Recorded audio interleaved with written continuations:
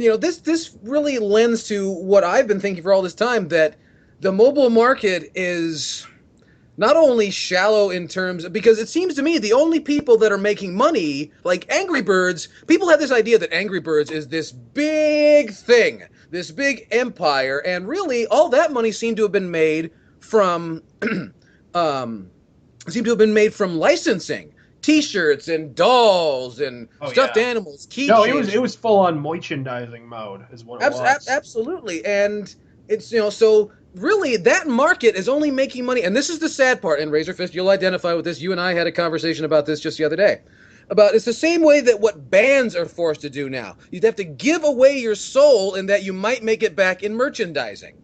There's it is true. There's a band out there. There's some bands. There's this idea that bands make money off of selling records. That was a long fucking time ago. There's this idea that bands make money touring around and playing shows. That was a long fucking time ago. That myth still exists on the internet. But there's a band. There's a band out there. A lot of folks about them. They're called Cannibal Corpse. They come from Buffalo, New York, and then also Tampa, Florida. And people want to And argue. also from the 90s. And from the 90s, that's right. And they came from Ace Ventura. That's what they did. Now, but anyway, and they are one of those bands that have been around so long because they figured out the formula. If you have good merchandise, people will lock into that. And so now they make almost no money with their records, make barely enough money to survive to, justify a tour. And, I'm not saying they're poor, but they're not rock stars from that. But, they learn to lock into the merchandising thing. What does that have to do with the mobile market? That's all mobile has left. Because the only fucking games that are selling are the games that are free or $1. Yeah, and the games that are actually making money on mobile are the ones with tons of fucking ads on them.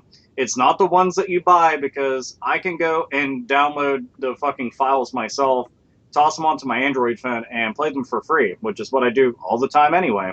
And most people with an iPhone have already figured out ways to go, right through the back door, no pun intended, and basically fuck with the machine and get whatever they want out of it. Again, for free, because on mobile, nobody really wants to pay for anything. And No, they just spent 700 goddamn dollars on a phone. yeah, dude, and with I brought up Flappy Bird earlier. Guess what? Flappy Bird was a free game.